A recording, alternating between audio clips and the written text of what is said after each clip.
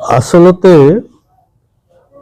ৰেজাউল কৰিম ডাঙৰীয়া এটা ছাত্ৰ সংগঠনৰ সভাপতি আছিল।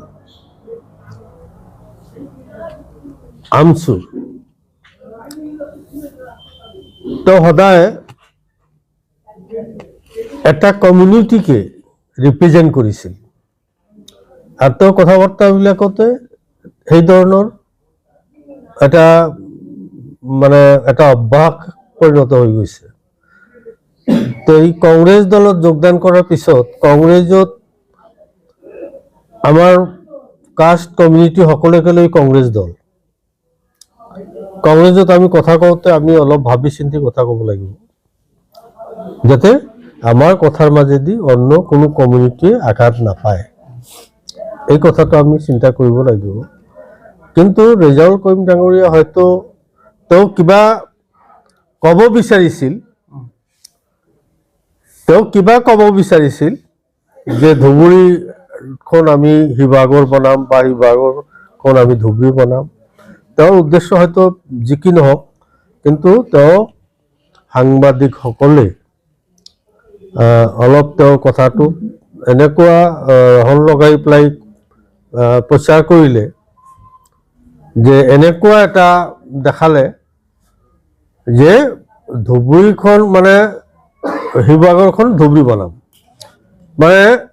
এইটো বেলেগ অৰ্থত ব্যৱহাৰ হ'ল যে ধুবুৰী যেনেকৈ আমি বিশেষভাৱে ধৰ্মীয় সংখ্যালঘু মেজৰিটি, ইয়াত এই কথাটোকে শিৱসাগৰৰ মানুহখিনি মানি ল'ব পৰা নাই।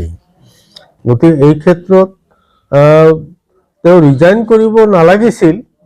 হয়তো আমাৰ দুজন নেতাৰ কথাত অলপ তেওঁ দুখ পাইছে, কিন্তু এইটো কথা হয় যে প্ৰদ্যুৎ বৰদলৈ ৰেজাউল কৰিম চৰকাৰক হয়তো ভালকৈ নাজানে, যেনেকৈ আমাৰ সাংসদ ৰকিবুল হুছেইন যিমান জানে সিমান কিন্তু প্ৰদ্যুৎ বৰদলৈ নাজানে।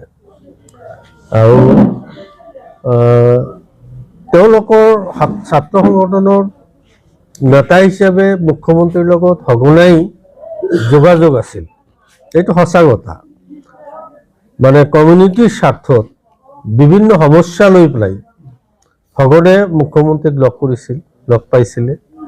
এইটোকে অলপ দেৱব্ৰত শইকীয়া ডাঙৰীয়া অলপ হয়তো তেনেকুৱা ধৰণৰ এটা কথা কোৱাত তেওঁ ৰিজাইন কৰিলে। মই ভাবোঁ ৰিজাইন কৰিব নালাগিছিল, তেওঁ শিক্ষা ল'ব লাগিছিল যে কংগ্ৰেছ দলত থাকিলে আমি সকলো জাতি জনগোষ্ঠীক লৈ আমি চলিব লাগিব, গতিকে সেই হিচাপে আমি কথা বাৰ্তাও ক'ব লাগিব।